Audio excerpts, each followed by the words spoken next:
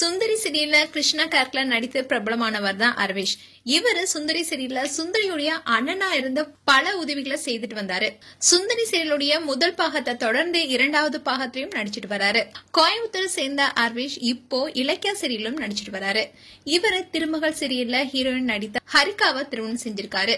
இவங்க ஆந்திராவை சேர்ந்தவங்க. இவங்க தெலுங்குல பிஸியா சீரியல் நடிச்சிட்டு இருந்தப்போ தமிழ்ல திருமகள் சீரியல்ல நடிக்க வாய்ப்பு கிடைச்சது. இந்த சீரியல்ல ஹரிகா நடித்து பிரபலமானாங்க. இவங்களுக்கும் சுந்தரி சீரியல் நடிகர் அரவிஷுக்கும் காதல் மலர்ந்தது.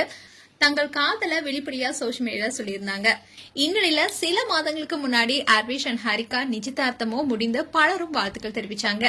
இந்த சூழ்நிலையில நேத்து அரவிஷோடைய சொந்த ஊரான கோயம்புத்தூர்ல திருமணம் நடந்து முடிஞ்சிருக்கு. இந்த போட்டோஸ் அண்ட் வீடியோ சோசியல் மீடியால ஷேர் பண்ணிருக்காங்க.